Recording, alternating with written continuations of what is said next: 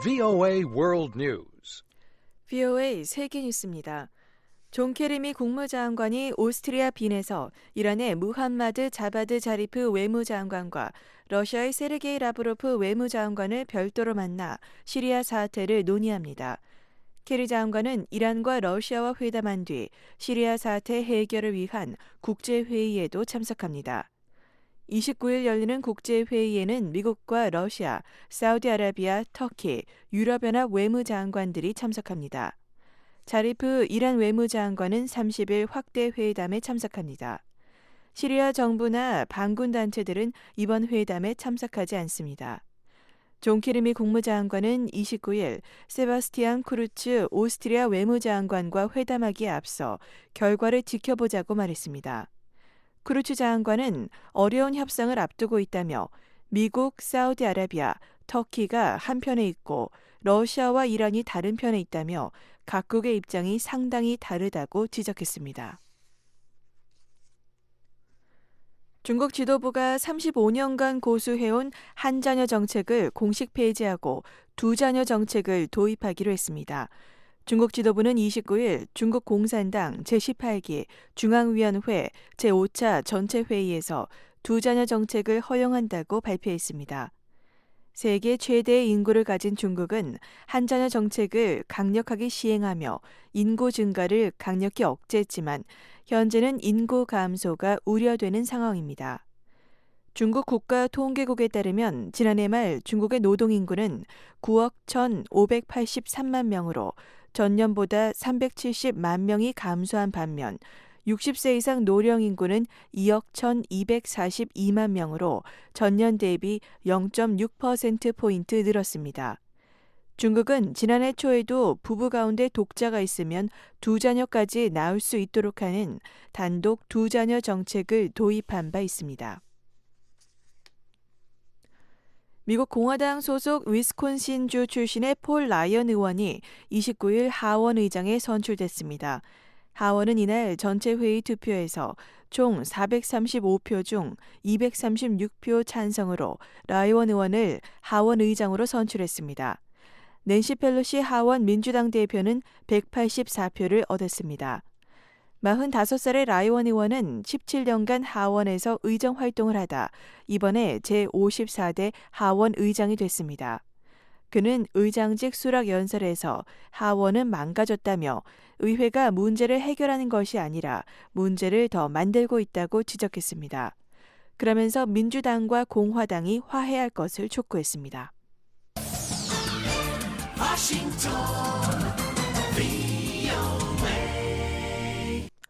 지금 여러분께서는 VOA 세계 뉴스를 듣고 계십니다. 일본 정부가 29일 오키나와 현에 있는 미군 후텐마 비행장을 현내 다른 지역으로 이전하기 위한 공사에 돌입했습니다. 일본 방위성은 후텐마 비행장 이전 예정지에 가설자재 적재장 정비를 시작하고 해노코 해상 5개 지점에서 해적 굴착 조사를 재개하는 데 필요한 준비 작업을 벌였습니다. 방위성은 이미 굴착 조사가 끝난 19개 지점에서는 곧 매립 공사를 시작할 방침입니다. 이에 앞서 이시게이치 국토교통상은 지난 27일 오나가 다케시 오키나와 현 지사의 매립 승인 취소 효력을 정지시켰습니다. 일본 정부는 미국과의 협의에 따라 오키나와 남쪽에 있는 후텐마 비행장을 북쪽 해노코 연안으로 이전하겠다는 방침이지만 오나가 지사를 비롯한 일부 주민들은 이에 반대하고 있습니다. 호주와 중국 해군이 다음 주 남중국해에서 합동 해상 훈련을 실시합니다. 마리스 페인 호주 국방장관은 29일 성명에서 호주 해군은 중국을 포함해 영내 해군들과 정기적이고 항구 방문과 훈련을 시행해온 오랜 역사를 지니고 있다며 이같이 밝혔습니다. 호주 해군은 이번 훈련을 위해 중국 남부 진장항에 2척의 호위함을 파견할 예정입니다. 북한 날씨 정보입니다. 금요일인 30일은 전국이 대체로 맑겠습니다. 아침 최저 기온은 영하 13도에서 영상 4도, 낮 최고 기온은 2도에서 12도가 되겠습니다. 바다의 물결은 동해 북부 먼바다에서 1.5에서 3m로 높게 일겠고 그 밖의 해상에서는 1에서 2m로 일겠습니다. VOA 세계 뉴스의 조은정이었습니다.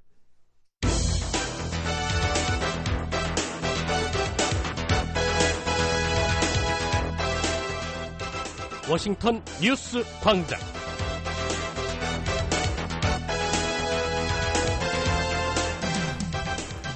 안녕하십니까. 10월 30일 금요일 워싱턴 뉴스 광장 진행의 조상진입니다.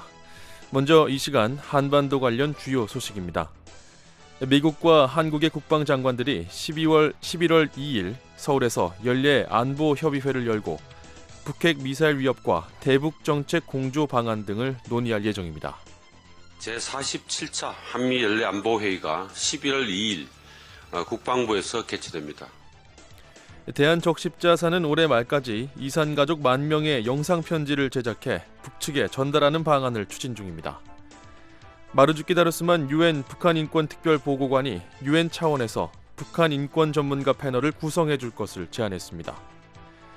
오늘 북한은 대체로 맑다가 점차 흐려져 오후에 황해도와 평안남도에서 한때 약한 비가 오는 곳이 조금 있겠습니다. 아침 최저기온은 영하 9도에서 영상 6도, 낮 최고기온은 영하 2도에서 영상 13도가 되겠습니다. 바다의 물결은 동해 북부 먼바다에서 2에서 3m로 높게 일겠고 그 밖의 해상에서는 0.5에서 2m로 일겠습니다. 워싱턴 뉴스광장 오늘의 첫 소식입니다. 다음 달 2일 서울에서 미한 안보협의회의가 열립니다. 회의 참석을 위해 애슈턴 카터 미 국방장관이 다음 달 1일 서울을 방문하는데요. 미한 양국은 회의에서 북한의 핵과 미사일 위협, 전시작전 통제권 전환 추진 문제 등을 논의할 전망입니다. 서울에서 한상미 기자가 보도합니다.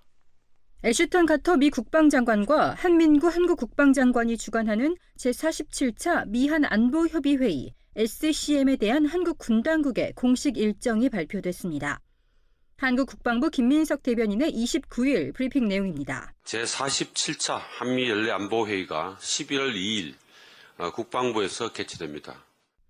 이번 회의에선 북한의 핵과 미사일 위협, 대북 정책 공조 방안, 조건에 기초한 전시작전 통제권 전환 추진 등이 주요 의제로 논의될 전망입니다. 미한 양국은 특히 지난 5월 북한의 잠수함 발사 탄도미사일 SLBM의 수중 사출 시험과 10월 노동당 창건 70주년 열병식에 등장한 KN-08 미사일 등 갈수록 더해가는 북한의 미사일 위협에 대한 억제 방안을 협의할 계획입니다. 한미 국방장관은 아울러 북한의 탄도미사일을 탐지, 교란, 파괴, 방어하기 위한 4D 작전의 이행 지침도 승인할 예정입니다.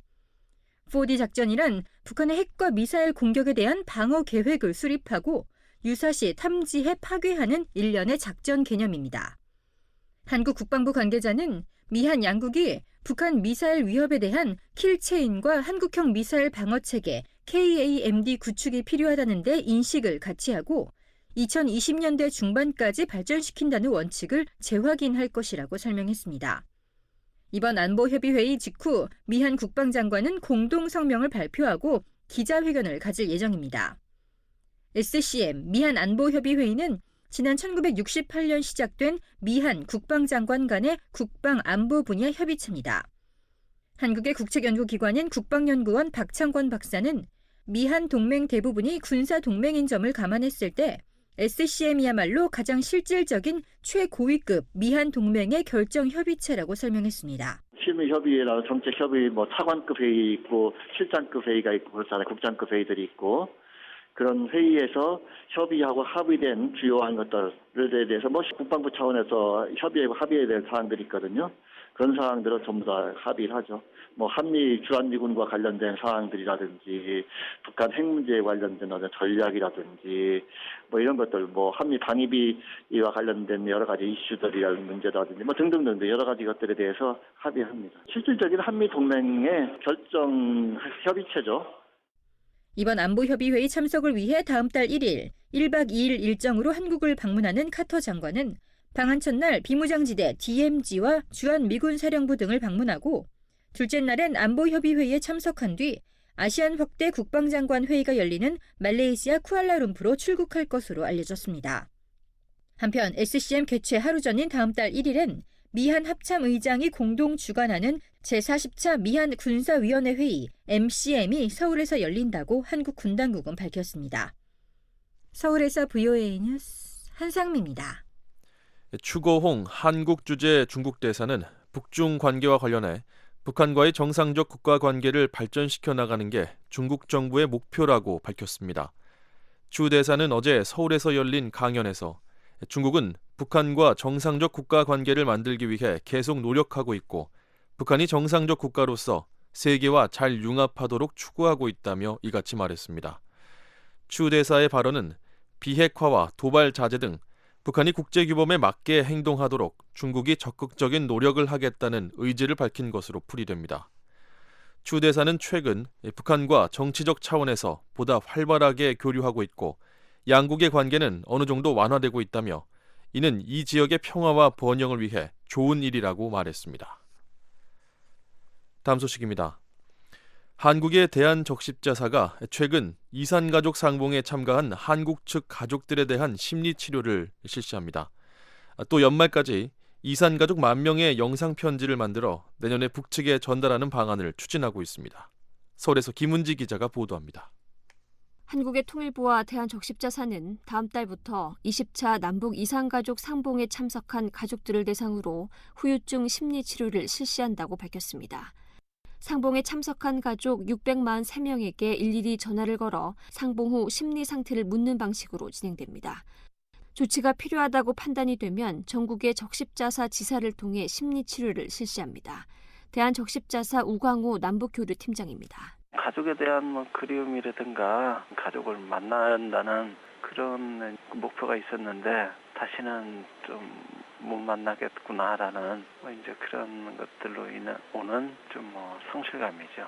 일상생활을 좀 정상적으로 하셔야 되는데 잘 안 되시는 분들이 이제 간혹 있으세요. 심리치료는 적십자사 자원봉사자들이 담당하며 심리 상태가 불안정할 경우 전문 병원과 연계해서 지속적인 치료를 병행할 계획입니다.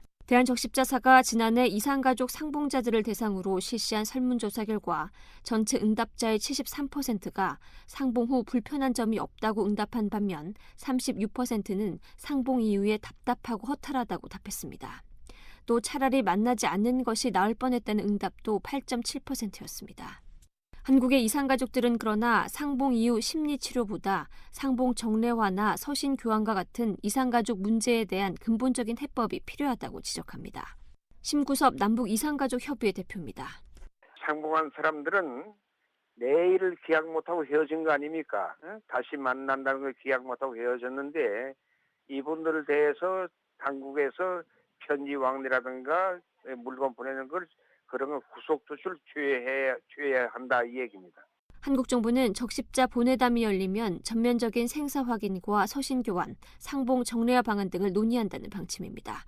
대한적십자사는 일단 올해 말까지 이산가족 10,000명의 영상편지 제작에 착수했습니다. 10분 남짓한 영상편지에는 안부 인사와 함께 어릴 적 추억과 고향 이야기 등이 담깁니다. 제작에는 남북협력기금 174만 달러가 사용됩니다. 대한적십자사는 제작한 영상편지를 내년에 북측에 전달하는 방안을 통일부와 협의할 예정입니다. 이산가족들의 영상편지 전달 사업은 이산가족들의 고령화로 사망자 수가 계속 늘어나는 상황에서 이산가족들 간의 교류를 활성화하려는 취지로 풀이됩니다. 한국 정부에 등록된 이산가족 상봉 신청자는 지난달 말 기준으로 모두 6만 6천여 명으로 절반 이상이 80대 이상이며 해마다 4,000명이 숨을 거두고 있습니다. 서울에서 VOA 뉴스 김은지입니다. 박근혜 한국 대통령은 더 늦기 전에 냉전의 마지막 잔재인 분단 70년의 역사를 마감하고 세계 평화 발전에 기여하는 한반도 통일 시대를 준비해 나가야 된다고 강조했습니다. 박 대통령은 어제 서울에서 통일부와 통일준비위원회 등이 공동으로 주최한 2015 세계 평화회의에서 홍영표 통일부 장관이 대독한 서면 메시지를 통해 이같이 말했습니다. 박 대통령은 한국 정부는 튼튼한 안보를 토대로 남북 간 대화를 통해 신뢰를 구축하는 한편 동북아 국가 간 평화와 협력의 관행을 정착시키기 위해 노력해왔지만 북한은 지속적인 핵 개발과 도발 위협으로 영내 안보 불안감을 증대시키고 있다고 지적했습니다. 박 대통령은 그러나 남과 북이 분단의 장벽을 넘어 협력의 통로를 열어나가고 서로 진정으로 이해하며 새로운 성장 동력을 창출해 나간다면 동북아와 국제사회의 평화와 번영에 크게 기여하게 될 것이라고 말했습니다.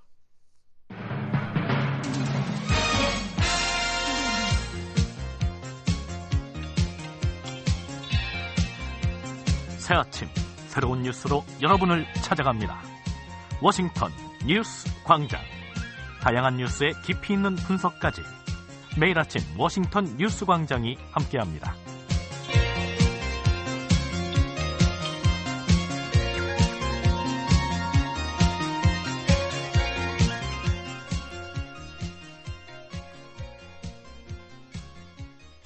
마루주키 다루스만 유엔 북한인권 특별보고관이 유엔 차원에서 북한인권 전문가 패널을 구성해 줄 것을 제안했습니다. 전문가들이 유엔 총회와 유엔 인권이사회에 북한의 인권 침해 책임을 규명하는 다양한 수단과 방법을 제시할 수 있다는 겁니다. 이현철 기자가 취재했습니다. 인권 문제를 담당하고 있는 유엔 총회 제3위원회에서 29일 유엔 북한인권 특별보고관과 각국 대표들이 참석한 가운데 북한인권 상황에 관한 상호 대화가 열렸습니다. 마루주키 다루스만 유엔 북한인권 특별보고관은 이 자리에서 북한의 인권 침해에 대한 책임을 묻는 일이 중요하다고 강조했습니다. With the Commission of Inquiry having established on the grounds of reasonable grounds of belief that 유엔 북한인권 조사위원회 COI가 북한에서 중대한 인권 침해가 자행됐고 지금도 계속되고 있다고 믿을 만한 합리적인 증거를 제시한 만큼 이제는 인권 침해에 대한 책임 소재를 밝히는 작업에 나서야 한다는 겁니다. 그러면서 북한 인권 침해 책임을 규명하기 위한 실질적인 조치 하나로 유엔 차원의 전문가 패널 구성을 제안했습니다.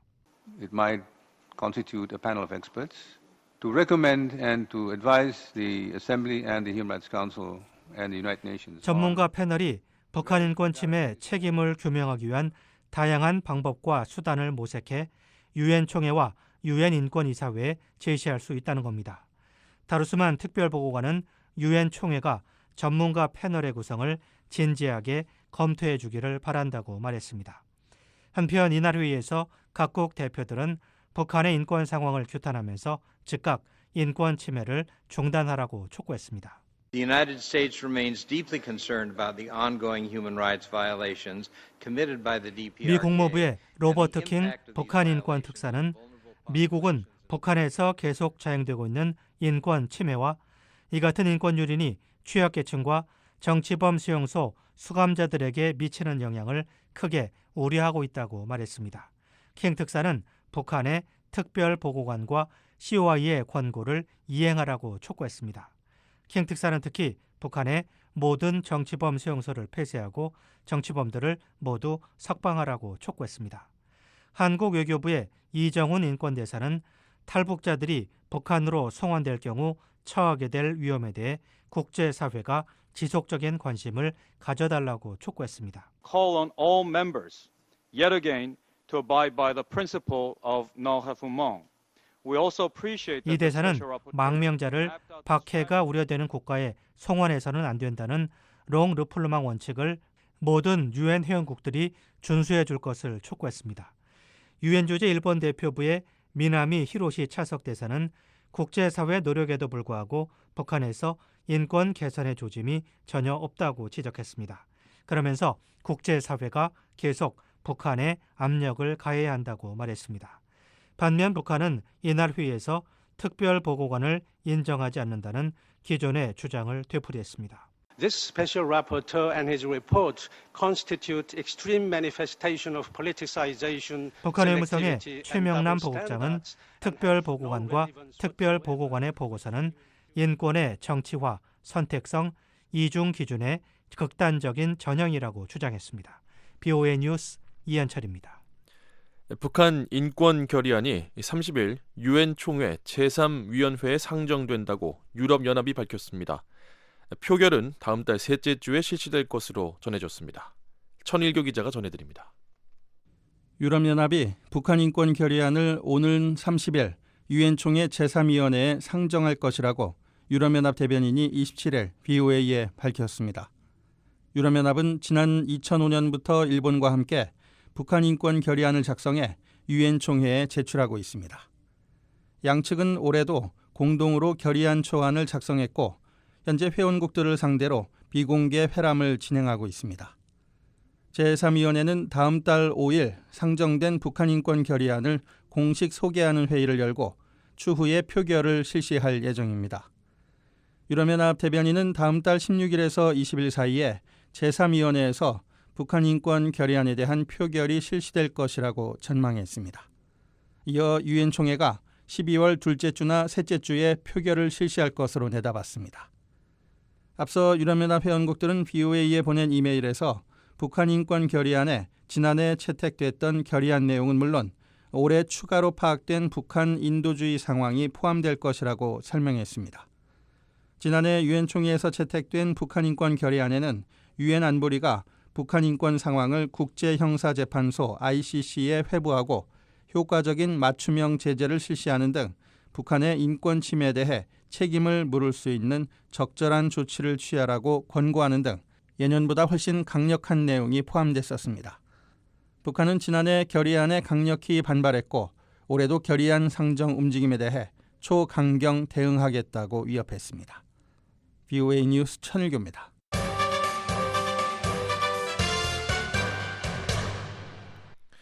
북한에서 지난해 결핵으로 5천여 명이 사망했다고 유엔이 밝혔습니다.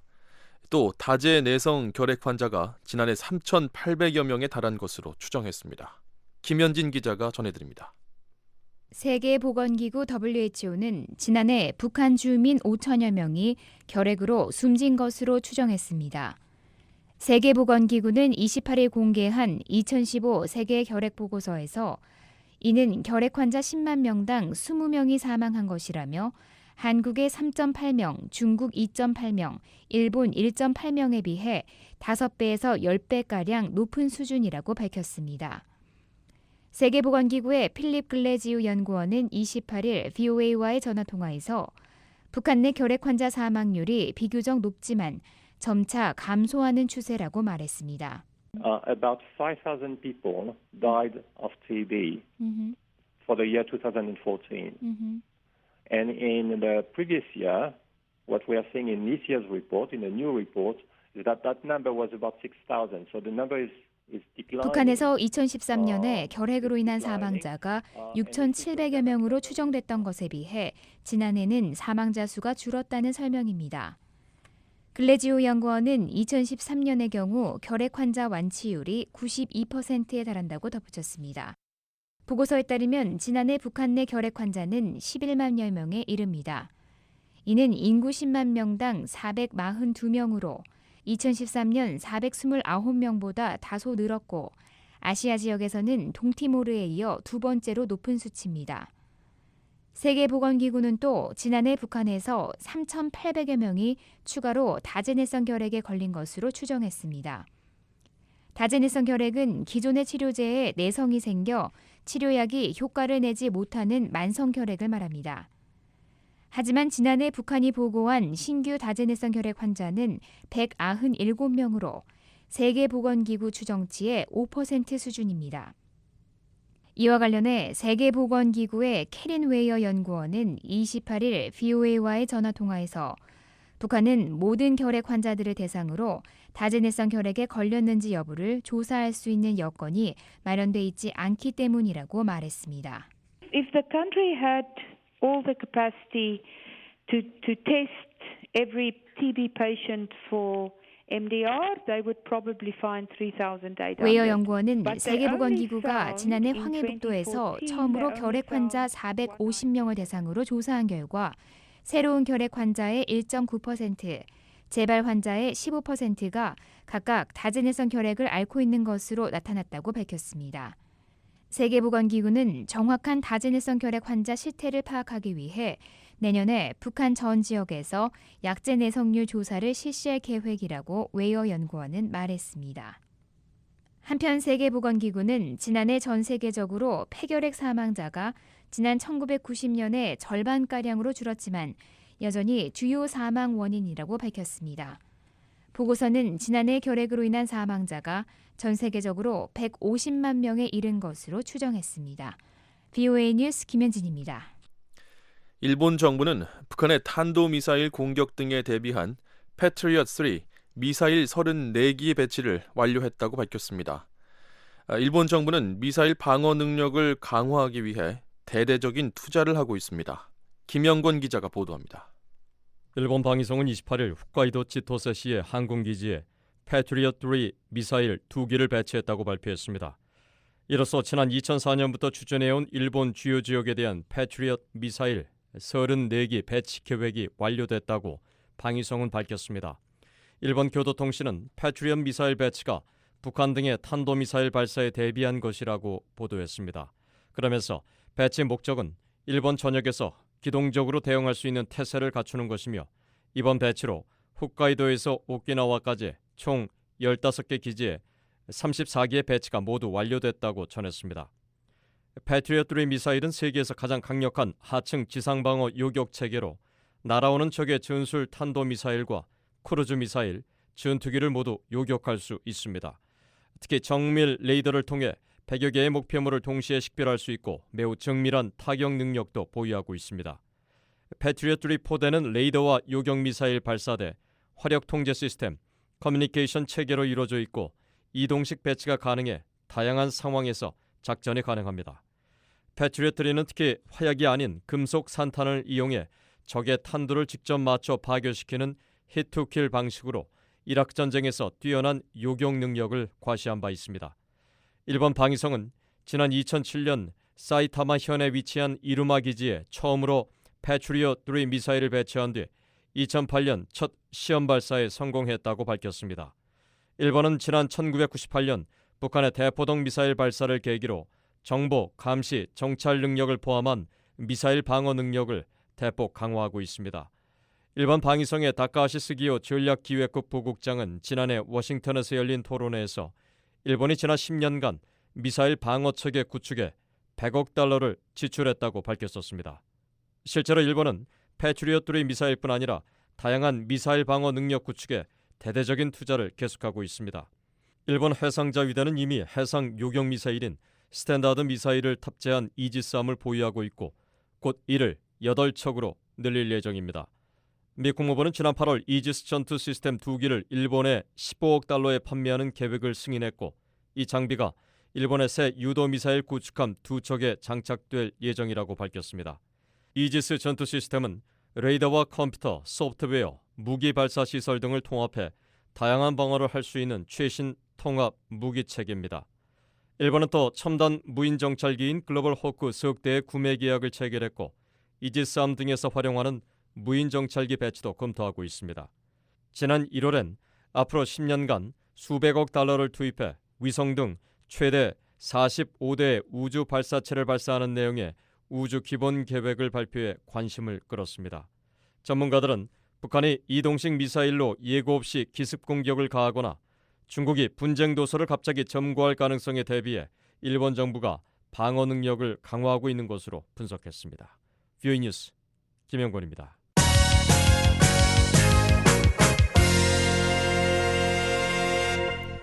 최근 요아힘 가우크 독일 대통령에 이어 독일 국회의원들이 한국의 탈북 청소년 대안학교인 여명학교를 방문해 화제가 되고 있습니다.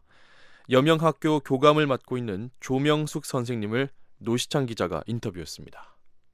교감 선생님 안녕하십니까? 예, 안녕하세요. 어제 반갑습니다. 독일 국회의원 6명이 여명학교를 다녀갔는데요. 앞서 가우크 독일 대통령도 여기를 방문해서 화제가 됐는데 이 독일 정치인들과 탈북 청소년들과의 만남이 어떻게 이루어지게 된 건가요?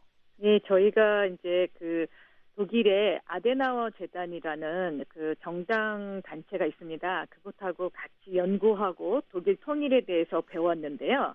거기에서 굉장히 반응이 좋았던 것 같아요. 그래서 이번에 대통령님께서 한국에 오시니까 저희를 추천을 했고, 근데 저희가 너무 좁아서 경호나 이런 것들이 힘들었는데도 불구하고 대통령님께서 꼭 오고 싶으시다고 그래서 이제 추진이 되었습니다. 네, 이 분위기는 어땠는지요? 아이들이 혹 뭐 낯설어 하거나 어려워하지는 않았습니까? 그 가욱 대통령님께서 워낙 이제 따뜻하게 아이들을 손잡아 주시고 품어 주셔가지고 아이들은 굉장히 따뜻한 분위기에서 그렇게 이야기를 했습니다. 이 동독 출신의 가우크 대통령인데요. 이 탈북 청소년들에게 귀감이 될 만한 이야기를 많이 들려줬다고 하던데 어떤 대화들이 오갔습니까? 대통령님께서 이렇게 아이들 앉자마자 꼭 독일의 나처럼 너희들도 통일 한국의 대통령이 되거라. 또 네. 여학생들한테는 총리가 되라고 그렇게 말씀을 해주시더라고요. 예. 네. 독일 국회의원들은 일주일간 북한을 방문한 뒤에 한국에 와서 여명학교에 들른 것인데 이 북한에 대한 이야기도 혹시 들을 수가 있었는지요? 또 아이들 반응은 어땠는지 이 부분도 좀 궁금합니다. 네네. 의원님들께서 굉장히 조심스러워하시고 아이들한테 이제 상처를 줄까봐 그 얘기는 일부러 안 하시더라고요. 그래서 아이들은 어떻게 받아들이실까 이렇게 생각했는데 아예 그냥 그거를 좀 피해 주신 그런 상황이었습니다. 네. 아이들의 반응은 어땠던가요? 아이들의 반응은 동독 출신 의원님들이 많이 오셨어요. 그래가지고 그 전에는 대통령이 오셨을 때는 아이들이 주로 질문에 대답을 하고 그랬는데요. 이번에는 이제 그 아이들이 질문도 하고 그랬던 상황입니다. 네. 이번에 그 방문한 국회의원들은 몇 명이나 됐습니까? 6명 정도 됐었거든요. 네. 이 독일 정치인들의 방문 과정에서 감동을 느꼈다고 말씀을 하셨다는데 어떤 부분에서 특히 그러셨나요? 동독 출신들이시기 때문에 그 통일 이후에 이렇게 어떻게 변화하고 또 우리가 어떻게 준비를 해야 되는지 이제 그런 것들을 아이들이 물었고요. 또 동독 그 출신 그 의원님들께서는 통일이 되니까 너무 좋더라. 그래서 통일의 꿈을 포기하지 말라고 얘기했을 때 아이들이 가장 좋아했습니다. 네. 혹시 그 대통령이나 국회의원들이 그 한국에서의 그 탈북자 그 교육이라든지 처우 문제 이런 부분에 대해서도 혹 언급을 한 게 있었습니까? 그런 언급은 직접 안 하셨는데요. 대통령님이나 의원님들께서는 정말 잘 견디라고 그리고 한국은 통일을 준비할 시간이 있으니까 또 독일만큼 성공할 거라고 이렇게 말씀하셨어요. 네. 이 동서독 통일을 직접 겪은 독일 정치인들 그리고 탈북 청소년들의 만남이 상당히 뜻깊었을 것으로 생각이 되는데 자, 이런 네네. 만남을 통해서 아이들이 느끼고 배웠으면 하는 점이 있다면 무엇일까요? 아이들이 이제 적응 위주로 이렇게 생각을 하잖아요. 남한에서는. 그래서 이 아이들이 빨리 적응하라고 이제 우리는 알게 모르게 이제 그 압력을 주는 것 같은데 그런 분들을 만나 뵈면서 적응을 잘 못하더라도 따뜻한 마음으로 또 통일을 준비를 하면 통일 이후에는 이 아이들이 더 쓰임을 받고 그럴 수 있다라는 그런 자신감들이 생긴 것 같고요. 그리고 아이들이 이제 철학적으로 깨어 있어야 되겠다라고 생각을 했던 것 같습니다. 네. 이번에 그 독일 정치인들을 만난 그 학생들 그 몇 네. 명이나 됐습니까? 학생들은? 학생들은 5명 정도가 만났습니다. 네. 현재 여명학교에서 공부하고 있는 학생은 총 몇 명인가요? 예, 114명이고요. 예, 좀 많죠. 예. 네. 작년에는 한 70명, 80명 정도 됐는데, 그 한국에 입국하는 탈북 학생들의 수는 많이 줄었는데요. 저희 학교에는 좀 많이 들어오고 있는 형편입니다. 네. 탈북자는 전체적으로 줄었는데 학생 수는 늘어나는 데는 특별한 이유가 있습니까? 아마 그 학생들이 저희 학교에 대한 신뢰가 좀 있었던 것 같고요. 예, 그리고 사랑받을 수 있는 학교라고 생각을 한다고 그 면접 과정에서 왜 학교로 왔냐고 그러면 그렇게 대답을 하곤 했어요. 예. 네. 한국에는 이제 한국의 그 교육 체계가 있는데 이 여명학교에서는 그런 것에 맞춰서 어떻게 교육을 하고 있는지요? 나이도 다르고 북한에서 교육받은 정도도 다 다르고 그럴 텐데요. 네, 일단 저희는 고등학교 인가를 받았기 때문에요. 고등학교는 1, 2, 3학년 과정으로 있고요. 그리고 그 교육 과정 안에서 북한에서 있거나 아니면 탈출 과정에서 상처를 많이 입었거든요. 그런 상처 치유를 병행하면서 교육을 시키고 있습니다.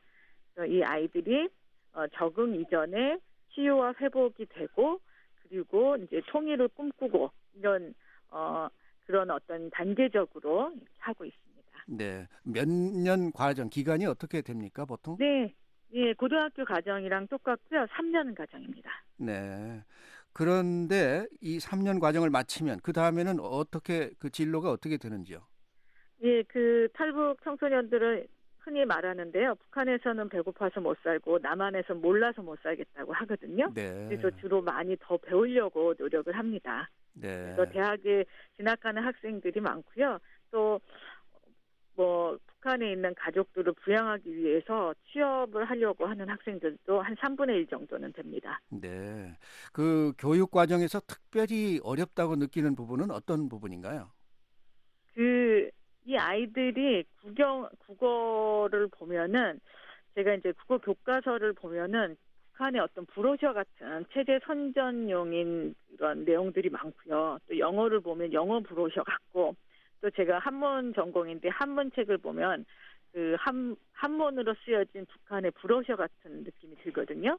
그래서 이 아이들이 체제 중심적으로 정치 중심적으로 살다가 그게 빠지고 남한에 왔을 때 어떤 철학과 가치관을 가져야 되는지 그런 부분들이 결국은 가장 어려워했던 것 같습니다. 네. 학교를 다닌다는 것은 비용이 들어간다는 것도 의미하는데 그 학생들을 지원하는 그런 장치는 잘 돼 있나요? 저희들은 여태 작년까지는 다 100% 이제 민간의 힘으로 했었고요. 올해부터는 통일부에서 한 40%는 지원을 받고 60%는 이제 후원을 모금을 해서 아이들을 가르치고 있는 거죠. 네. 자, 교감 선생님 오늘 시간 내주셔서 감사합니다. 네, 아닙니다. 고맙습니다. 네. 지금까지 한국의 탈북 청소년 대안학교인 여명학교 조명숙 교감을 전화로 연결해 최근 이뤄진 독일 대통령과 국회의원들의 여명학교 방문에 대한 자세한 이야기 나눠봤습니다.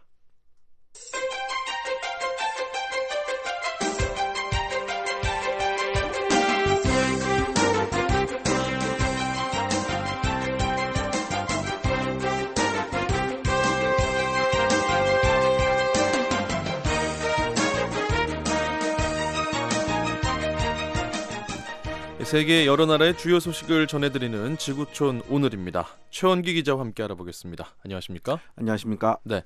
자, 오늘 어떤 소식들 준비되어 있나요? 중국이 35년 만에 한 자녀 정책을 폐지하고 두 자녀 정책을 도입했습니다.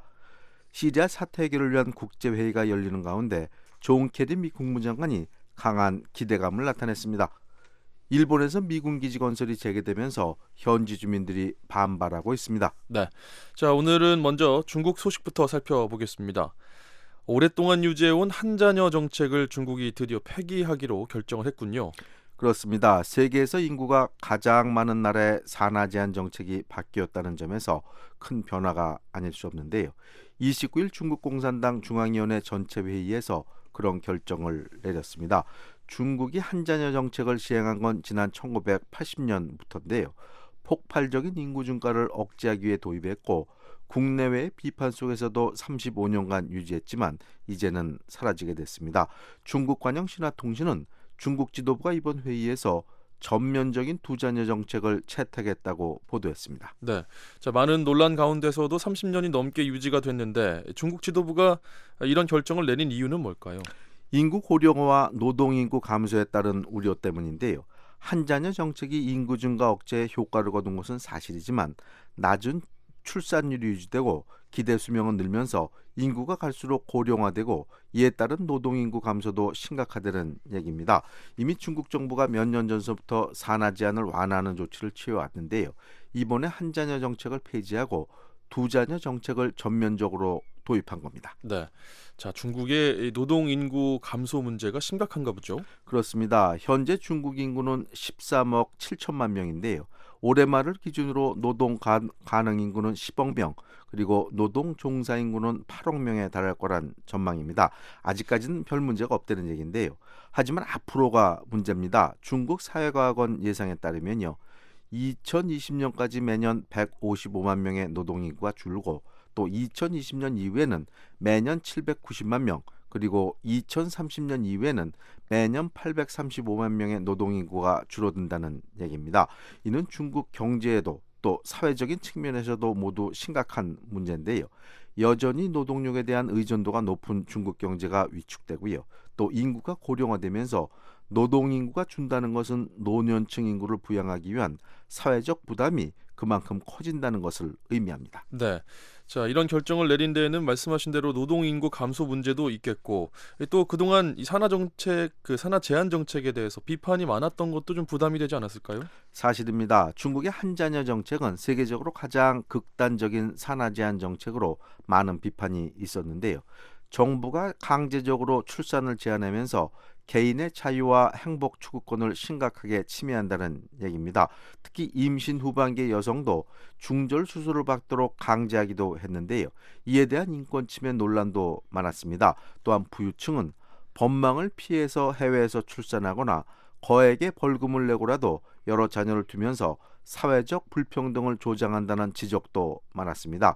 중국에서도 부모들이 자녀 한 명만 가지고 너무 곱게 키우다 보니 아이들의 버릇이 나빠졌다거나 혹은 지나치게 높은 교육열로 불필요한 경쟁을 야기한다는 지적도 있었습니다. 네. 자, 이제 어쨌든 한자녀 정책을 폐기하고 중국 지도부가 두자녀 정책을 도입했는데 이것이 노동인구 감소나 인구 고령화를 해소하는 데 얼마나 효과가 있을까요? 정책상으로는 큰 변화지만 실제로 큰 효과를 기대하기는 어렵다는 게 전문가들의 예상입니다. 네. 중국에서는 그동안 도시화가 빠르게 진행됐는데요. 이미 도시에 사는 젊은 부부들은 자녀를 기르기 위한 경제적 부담이 커졌고요. 또 한 자녀 가정에 익숙해졌기 때문에 두 자녀 정책이 도입됐다고 해서 자녀를 더 가지려는 가정이 얼마나 되겠느냐 그런 얘기입니다.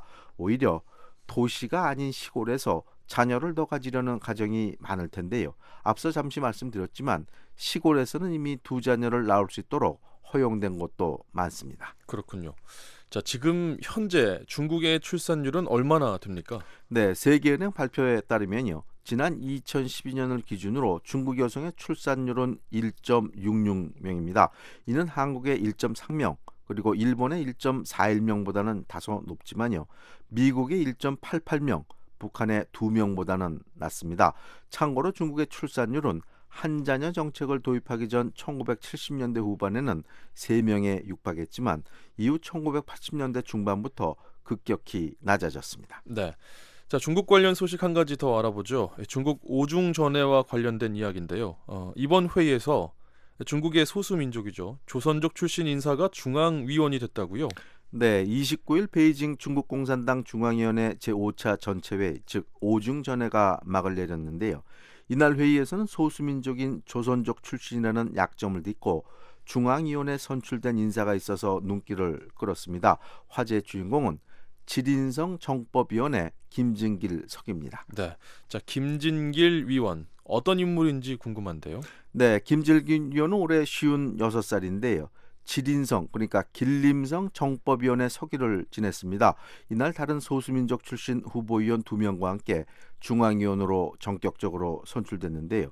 김 의원은 그동안 지린성과 연변자치주로에서 주로 활동해왔는데 이번 회의에서 중국 지도부의 개혁을 뒷받침하기 위해 전격 발탁됐습니다. 네, 자, 그 발탁 배경을 좀 설명해 주시죠.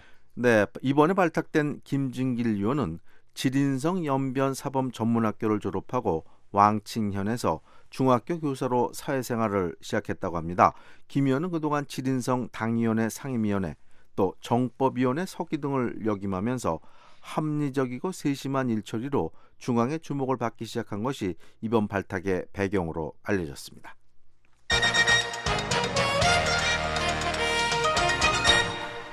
네, 계속해서 다음 소식 살펴보겠습니다. 이번에는 시리아 소식인데요. 국제회의 소식 좀 전해주시죠.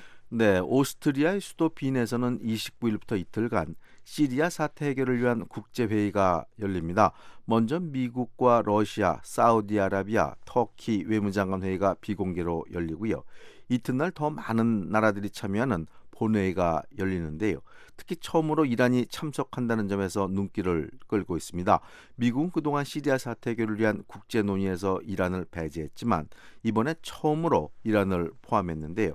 그만큼 이번 회의를 통해 진전을 이루겠다는 강한 의지를 보이고 있습니다. 네, 특히 존 케리 미국 국무장관이 강한 기대감을 보였다고요? 네, 케리 장관이 4개국 비공개 회의에 앞서 그런 입장을 밝혔는데요. 케리 장관은 이번 회의에 대해 4년 반 동안 계속되어온 내전을 끝내기 위해 가장 유망한 기회라며 기대감을 나타냈습니다. 케리 장관은 시리아 사태의 진전 방안을 마련하는 것은 쉽지 않으며 또 기다린다고 될 일도 아니라면서 하지만 이번 회의는 지금까지 맞았던 정치적 기회 중 가장 유망하다고 말했습니다. 네, 캐리 장관이 이런 기대감을 보이는 이유는 뭘까요? 국제적으로 시리아 사태의 정치적 해법을 마련하는 의지가 그 어느 때보다도 높기 때문인 것으로 보이는데요. 이번 회의에는 시리아 아사드 정부에 반대하는 미국 등 서방국 또 아랍 국가들과 함께 아사드 정부를 지지하는 러시아와 이란도 참석합니다. 이들은 그동안 서로 상충되는 정치적 해법을 제시하면서 합의를 이루지 못했었는데요. 하지만 시리아 상황은 더욱 악화되고 이를 틈타 이슬람 극단주의 무장단체 즉 ISIL 등이 세력을 넓히면서 어떻게든 시리아의 분열을 동합할 정치적 방안을 마련해야 한다는 절박한 감정이 커졌습니다. 네. 하지만 정작 당사자인 시리아 정부는 이번 회의에 참석하지 않죠? 그렇습니다. 시리아 정부는 물론이고요. 그동안 서방의 지지를 받아온 시리아 내 반정부 세력도 배제됐습니다.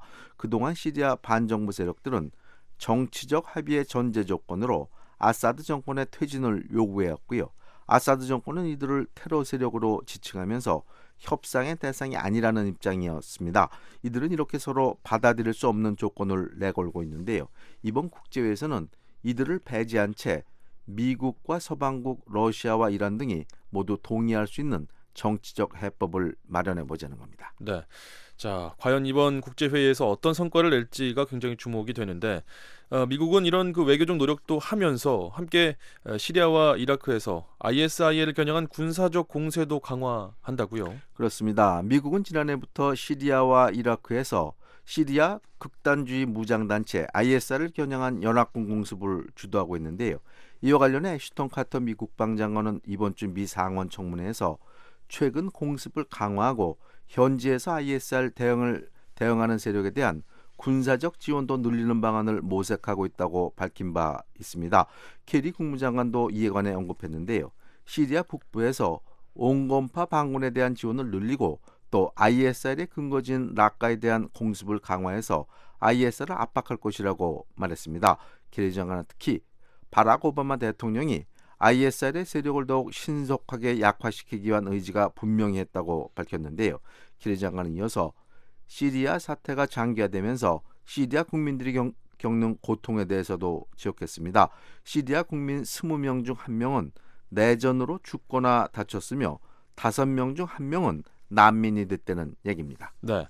자, 앞서 그 카터 국방장관이 청문회에서 ISIL을 겨냥한 지상작전 가능성을 언급을 했는데 미군이 지상군을 파병할 가능성 있을까요?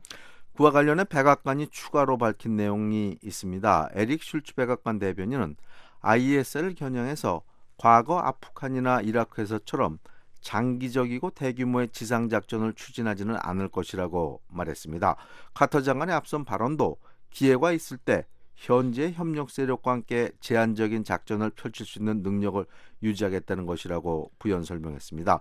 따라서 미군은 공습과 현지 병력에 대한 지원을 강화하면서 분명한 ISIL 목표물을 확보했을 때는 미군 특수부대가 현지 병력과 공조해서 제한적인 작전을 수행할 것으로 전망됩니다.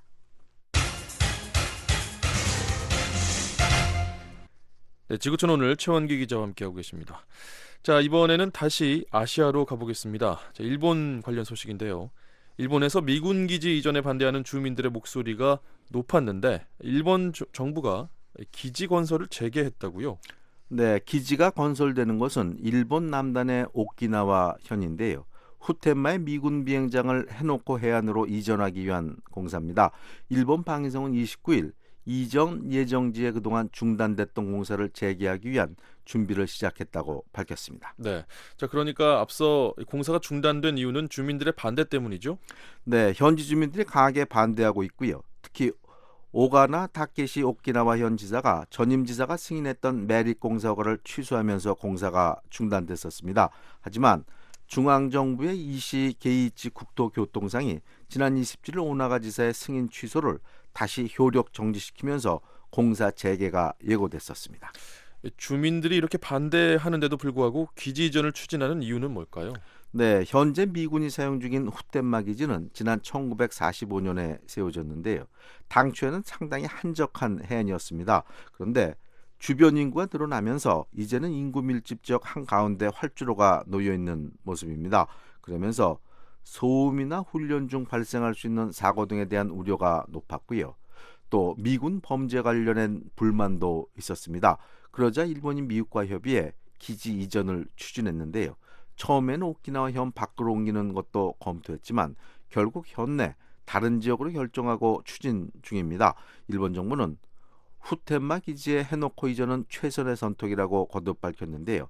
이와 관련해 후텐마 주민들은 하루빨리 기지가 이전되기를 원하지만 정반대로 해노코 주변 주민들은 기지가 들어오는 것을 강력히 반대해 왔습니다. 네, 자 기지 이전의 필요성은 다들 공감하지만 어디로 이전되느냐가 이제 문제가 될 텐데 이날도 역시 반대 시위가 이어졌다고요? 그렇습니다. 해노코 예정지와 인접한 나고시 미군 기지에서는 건설에 필요한 자재를 다시 반입하고 있는데요.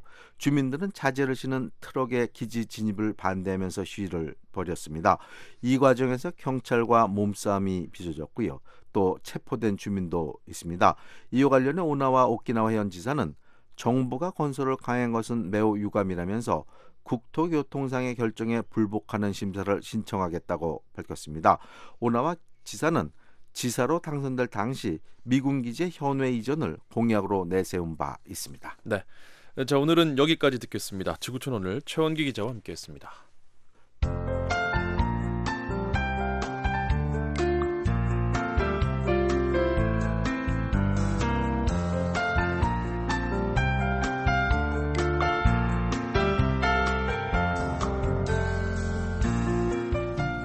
한국기상청 제공 북한 날씨 전해드립니다. 오늘 북한은 대체로 맑겠습니다. 아침 최저 기온은 영하 14도, 영상 4도, 낮 최고 기온은 영하 1도에서 영상 12도가 되겠습니다. 바다의 물결은 동해 북부 먼바다에서 2에서 3m로 높게 일겠고 그 밖의 해상에서는 1에서 2.5m로 일겠습니다. 이어서 지역별 날씨입니다. 평안남북도 대부분 지역 하루 종일 맑은 날씨 예상됩니다. 평양은 아침 최저 2도, 낮 최고 8도, 남포는 최저 3도에서 최고 8도가 예상됩니다. 평안북도는 구름이 다소 끼겠는데요. 신의주는 아침 최저 영하 1도, 낮 최고 영상 9도를 기록하겠습니다. 황해도 지역도 하루 종일 맑겠습니다. 해주 최저 4도, 최고 10도를 기록하겠습니다. 함경남도, 양강도, 강원도 지방은 맑은 하늘 보실 수 있겠습니다. 함흥 최저 기온은 0도, 최고 11도, 장진 최저 영하 10도, 최고 영상 1도를 기록하겠습니다. 함경북도, 양강도도 맑겠습니다. 청진 최저 기온은 1도, 최고 10도, 선봉도 최저 영하 2도, 최고 9도가 예상됩니다. 한국기상청 제공 북한 날씨 전해드렸습니다. 10월 30일 금요일 워싱턴 뉴스 광장을 애청해주신 여러분 감사합니다. 지금까지 진행의 조상진이었습니다. 이어서 VOA 세계 뉴스가 방송됩니다.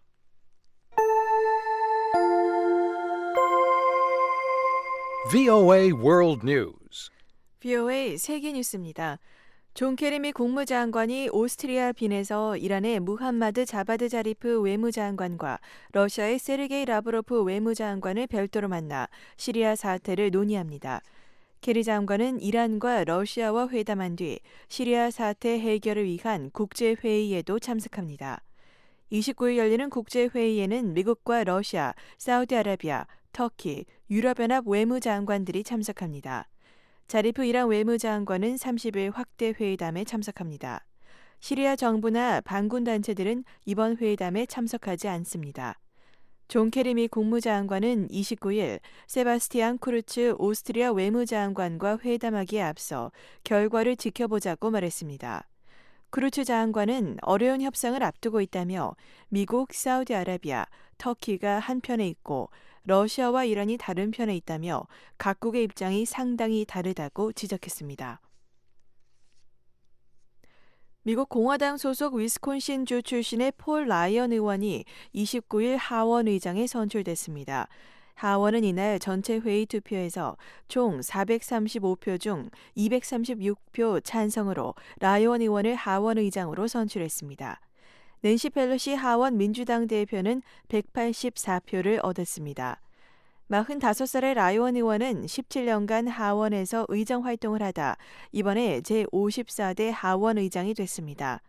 그는 의장직 수락 연설에서 하원은 망가졌다며 의회가 문제를 해결하는 것이 아니라 문제를 더 만들고 있다고 지적했습니다. 그러면서 민주당과 공화당이 화해할 것을 촉구했습니다.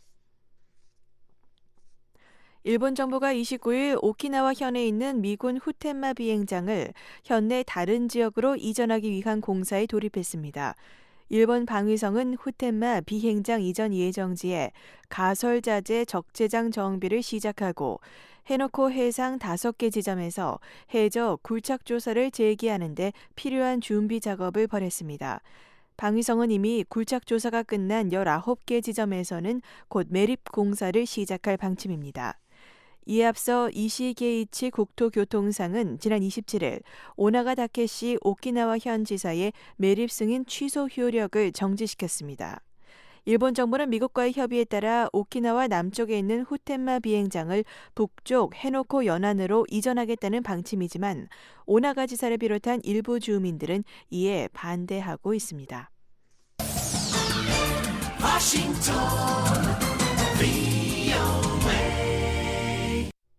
지금 여러분께서는 VOA 세계 뉴스를 듣고 계십니다. 중국 지도부가 35년간 고수해온 한 자녀 정책을 공식 폐지하고 두 자녀 정책을 도입하기로 했습니다. 중국 지도부는 29일 중국 공산당 제18기 중앙위원회 제5차 전체 회의에서 두 자녀 정책을 허용한다고 발표했습니다. 세계 최대 인구를 가진 중국은 한 자녀 정책을 강력하게 시행하며 인구 증가를 억제했지만 현재는 인구 감소가 우려되는 상황입니다.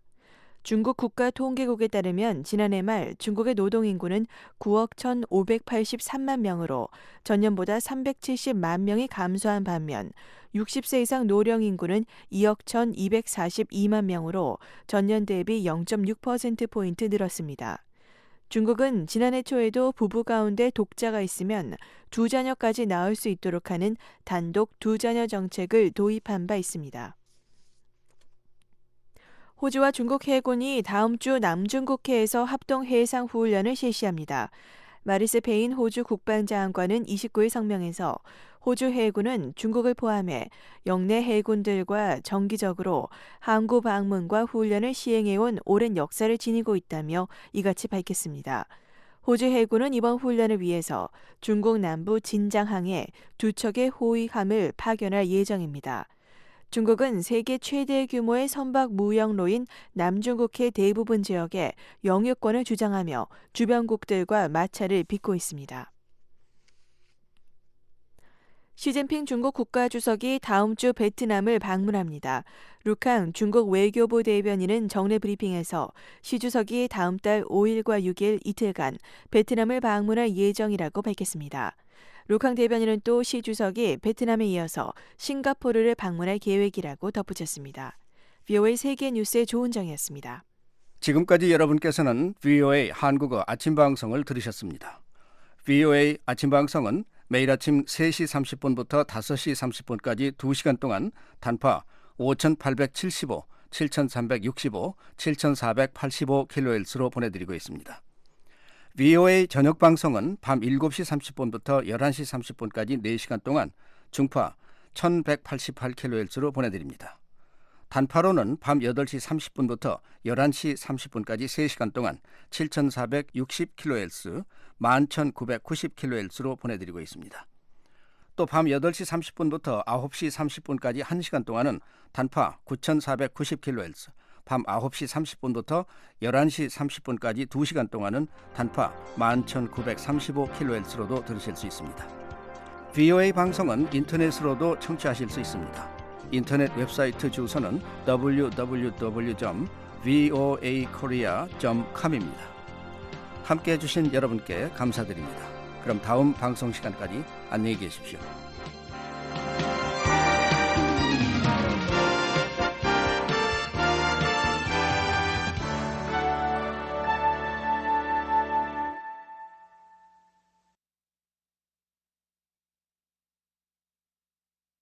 This program has come to you from the Voice of America, Washington.